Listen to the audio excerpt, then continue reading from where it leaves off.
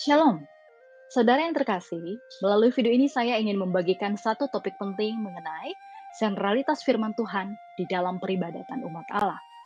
Saya ingin memulai dengan sebuah pernyataan penting ini. Ibadah yang sejati mencakup tindakan penundukan diri dan penyembahan sebagai respons atas penyataan diri Allah. Pertanyaan selanjutnya adalah, bagaimana Allah menyatakan dirinya?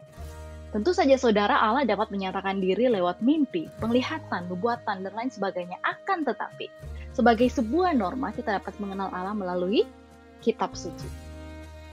Sebagai dampak dari reformasi sejak abad ke-16, gereja-gereja Protestan menggaungkan penekanan pada sentralitas firman Tuhan. Pertanyaan sekarang adalah, bagaimana wajah peribadahan gereja-gereja Protestan jika dikaitkan dengan penekanannya terhadap sentralitas firman Tuhan hari ini?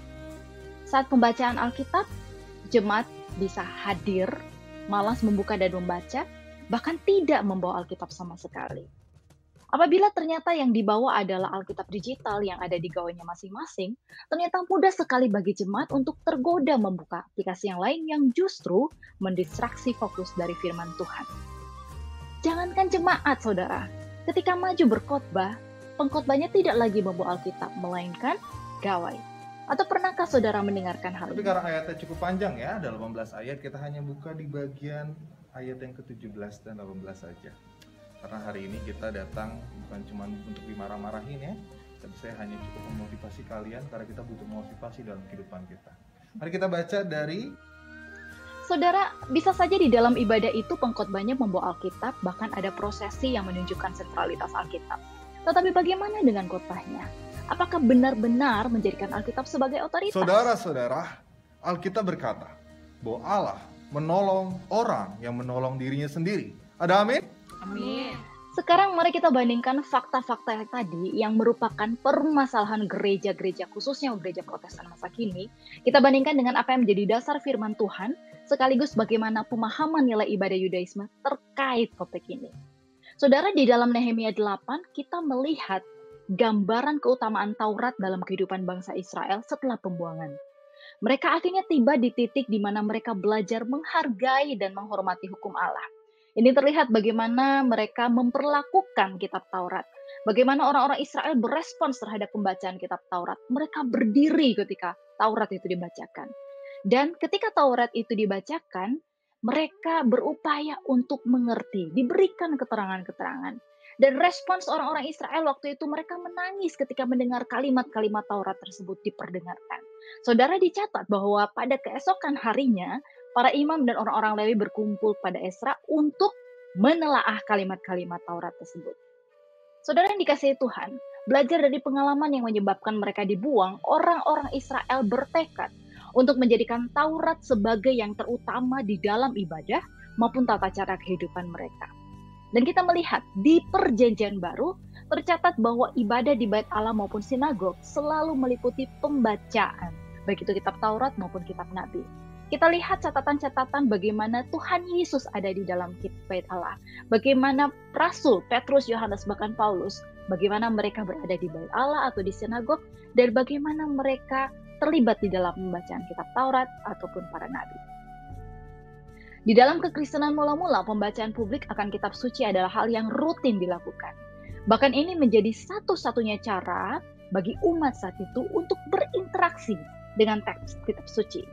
Pembacaan atau reading selalu menjadi momen mendengarkan atau hearing. Di sini kita dapat menyimpulkan bahwa baik dari praktek dan pemahaman ibadah Yudaisme hingga pada praktik dan pemahaman kekristenan mula-mula, firman Tuhan menempati posisi sentral yang sangat diutamakan. Dari pembelajaran melalui refleksi terhadap topik ini, apa yang menjadi implikasi konkret dalam ibadah komunal maupun pribadi?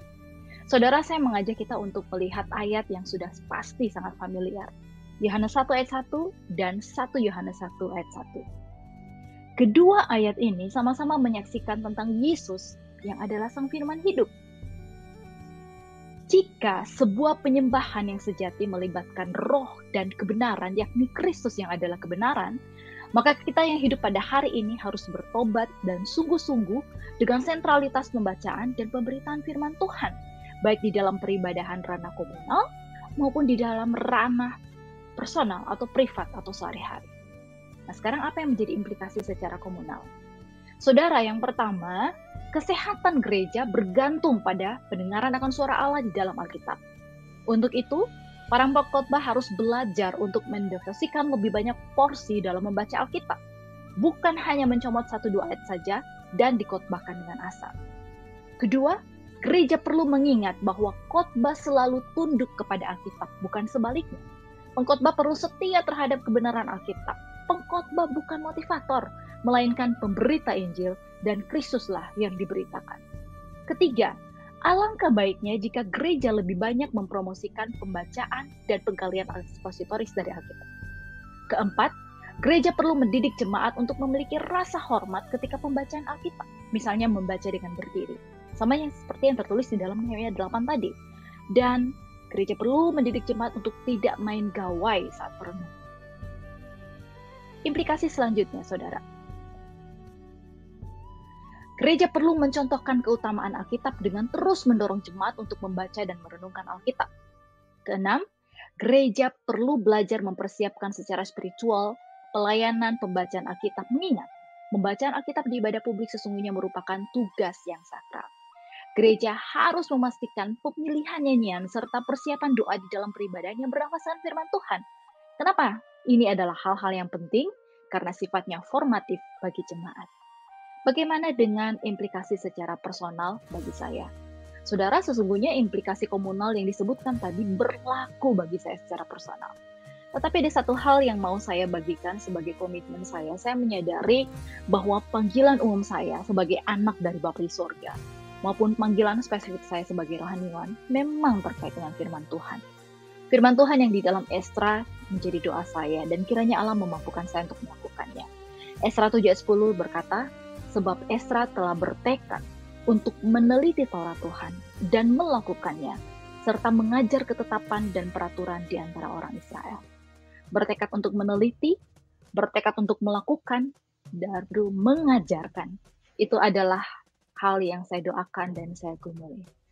Demikian sharing saya di dalam video ini mengenai sentralitas firman Tuhan di dalam peribadahan umat Allah. Terima kasih atas perhatiannya. Tuhan Yesus memberkati.